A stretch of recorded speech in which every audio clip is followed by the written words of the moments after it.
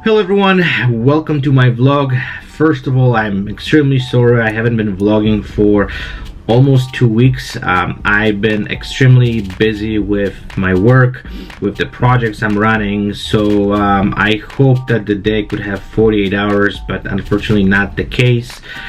So it's really difficult sometimes for me to squeeze some additional time, especially with the vlogs where I need to really put my mind into it. But I have received several very interesting emails with some of my viewers, and that really triggers me to make this vlog.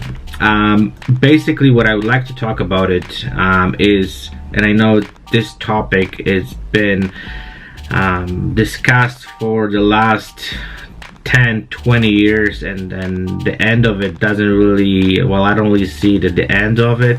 So I just want to put a little bit my opinion on this and discuss some of those stuff.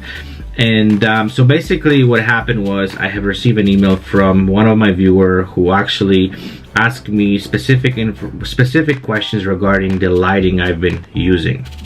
I was more than happy to respond to this, and the person emailed me back saying that, well, everything looks great, but they have camera, they have lens, they don't have, unfortunately, the money to purchase all the strobes and soft boxes and all the additional stuff which they would need in order to put this entire system together, and they have to put this entire project or the business on hold for at least 1 year till they will be able to save some money and buy it and then just kind of go back to it. And when I asked the person why they don't start shooting headshots using natural light, and that's when this conversation got really interesting. The person has really, in my opinion, there's a lot of information which were myths, and the information which they think that the using strobes and using soft boxes, it's gonna make those images looks extremely way better than using the natural light. And I want to talk about it because, first of all, it's not true. You can use natural light and you can create stunning images. You don't have to have high-end lighting in order to create good headshots. That's the biggest myth in my opinion, and a lot of people have this concept in their head which natural light is not gonna do any good for your work. And I want to talk about it. I think it's important to address that, and I don't think that's gonna solve this entire issue, but maybe people who's gonna hear this stuff, maybe they will convince them that depends which technique they will use, using the strobes or using the natural light, they can still able to create fantastic shots and fantastic images. And let's talk about it. So let me jump into entirely into this topic. So first of all, what I would like to say is everything comes down to our personal approach and personal taste. There is no, I would say, better way that, you know, like saying that using strobe is better than using natural light, or other way around, using the natural light is better than using the strobes. Each approaches have advantages and disadvantages, but again, everything comes down to our personal taste. It's, in my opinion, like comparing apples and oranges, what it's better. Everything depends what we like. They both fruits, they both taste wonderful, and depends what we like. But you cannot really say that the oranges are better than apples, or, you know, there will be maybe someone else who say like the apples are better than oranges. So this is just a kind of pointless discussion about those two separate things. And then I don't even know why we even have this discussion constantly, and I also see people fighting over this, which is just ridiculous. But so let's chat a little bit more about it. So let me actually talk about using the strobes and speed lights and softboxes, this like prepared lighting setups, which helps you to do the stuff what you do. There's some pros and cons. So let me start with saying what it's the advantages of using the strobes and then the lighting systems. First of all, definitely have control over the lighting. You can control everything. You can really manipulate the light, and you can really get the stuff what you're looking for. But that doesn't mean you're not able to do this whole thing using the natural light. You can do exactly the same, but depends on the circumstances, especially when you, let's say, you shoot in specific places, then that's definitely helps.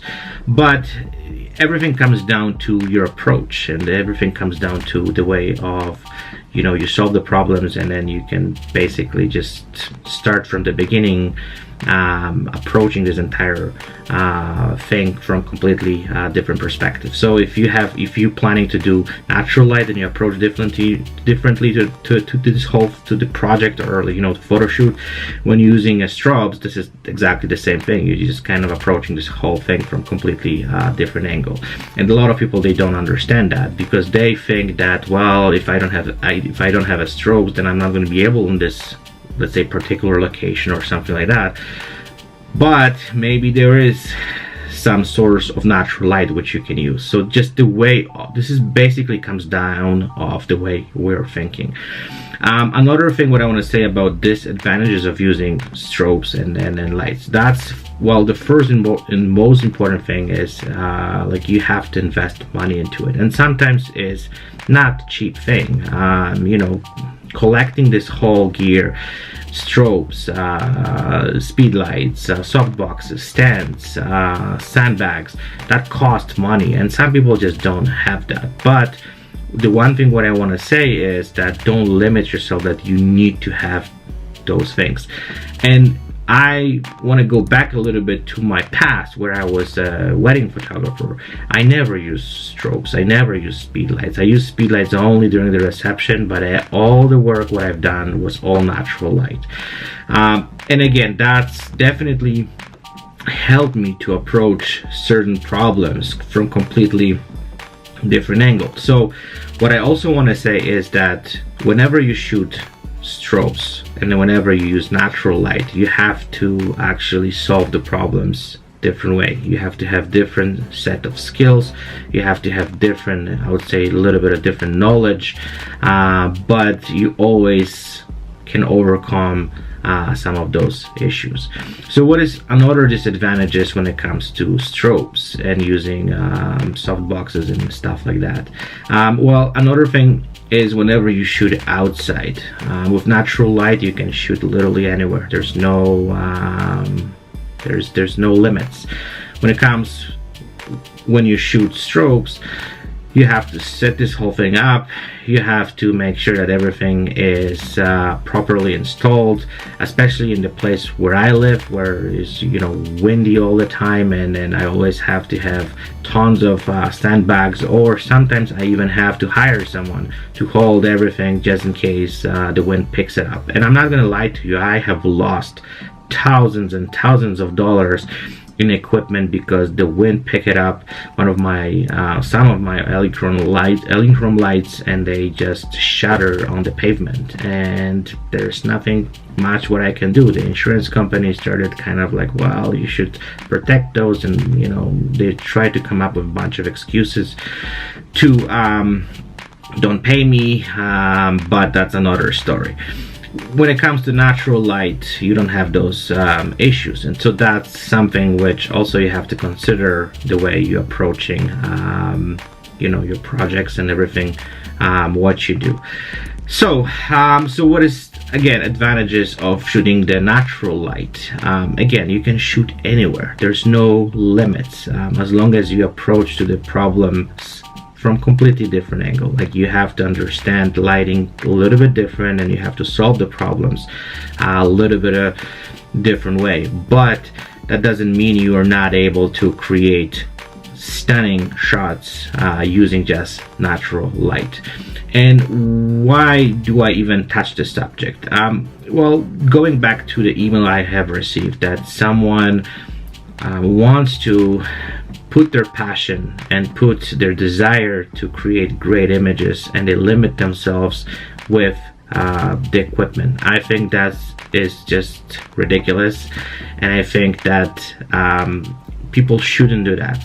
Absolutely, this is something which is, in my opinion, unacceptable, and I don't want to blame anyone on this, but what I would like to say is that you don't need tons of equipment. You don't need high-end gear to create stunning shots. It's just the way you approach to the idea, and how do you want to execute you know, well, how you're going to execute this whole thing. And there's always, I would say, ways around it to make it work. You can use some engineering ideas, you can get some cheap stuff and put something together, but don't put the camera on the side, and don't really limit yourself with the passion and the love for photography just because you don't have speedlight or you don't have a strobe and you think that there's nothing what you can do about it. And actually, I just want to show a couple shots I did purposely a couple days ago, photo shoot where I actually took the person to location, and we did a bunch of headshots using just natural light, just to prove some of those folks that you don't need some cool lighting and some cool expensive gear in order to create some cool stuff. Maybe that's also something which, whenever you shoot natural light, again, that gives you completely different set of like new skills. And then I think that's also extremely important, especially in the situations, let's say your gear fails on the shoot and you have to finish the shoot, and then you know how to approach the problem. You know that, okay, you know what, if that doesn't work, I can use natural light and I still will be able to produce some great and stunning shots. So think about it, because sometimes you don't know what the life will bring at you, and maybe those are kind of skills you might need for some photo shoot where you will be forced to actually use natural light. And that's also mental exercise a little bit for some of those folks that, you know, maybe sometimes, and that is what I'm gonna actually do. I'm gonna try to do some headshot sessions with using natural light, just to kind of get my you know, kind of way of seeing the light to completely different level, and maybe I can you know, create something unique and something maybe will be my thing. So I just want to talk about it. I would definitely like to hear your opinion on this. I don't want any fighting, so if you guys try to discuss what it's better or what it's worse, I'm not gonna even get involved in this.